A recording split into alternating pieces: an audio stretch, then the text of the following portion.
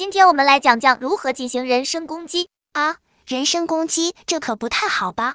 当我们感觉到辩论的内容对我们不利的时候，使用人身攻击是一个不错的选择。但是这样也太没有格调了吧？因此，今天我们就是教你如何有格调的进行人身攻击。首先，第一招就是直接攻击。为了保持我们的格调，我们不能直接侮辱对手，但是我们可以质疑他的道德、学识、经验等等因素，从而质疑他参与辩论的资格。举例，质疑对方的年龄。考虑到你的年龄，你对这个问题的看法显然是不成熟的。举例，质疑对方的诚信。像你这样的骗子，怎么能在这个问题上提出可信的观点？举例，质疑对方的教育水平。任何支持你观点的人，教育水平肯定不会太高。如果你已经深入调查过对手的背景，那么就可以利用这个技巧环境攻击。这个技巧针对对手的背景提出质疑，让对手的发言丧失可信度。举例，质疑对手职业和经济地位。你这样的大公司高管，怎么可能真正关心普通工人的权益？举例，质疑对方的地理或文化背景。由于你是某个地区的居民，你对这个全国性问题的观点显然是偏颇的。举例，质疑对方的专业背景。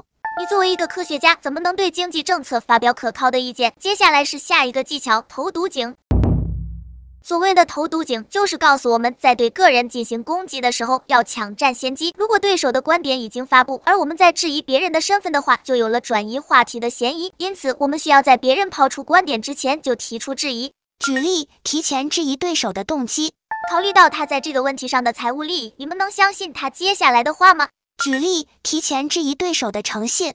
考虑到这个人过去的不诚信行为，我对他接下来的观点持怀疑态度。举例，提前质疑对手过去的失败经验。在我们听他的建议之前，别忘了他过去是如何错误地评估过类似情况的。接下来的技巧是有罪连带。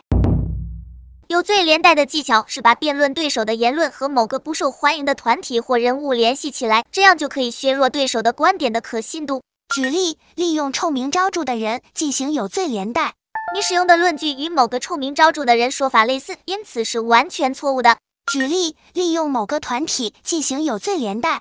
你的观点跟那些反科学的团体一样，所以不值得考虑。举例，利用某个国家进行有罪连带。这种建议听起来像是直接来自敌对国家的宣传，我们不应该采纳。虽然直接攻击辩论对手是比较下作的方法，但是其实是非常常见而且有效的手段。只要有我们保持基本的格调与风度，适当的攻击对手，反而能有效的回避问题。感谢教主的精彩讲解，我们下期再见。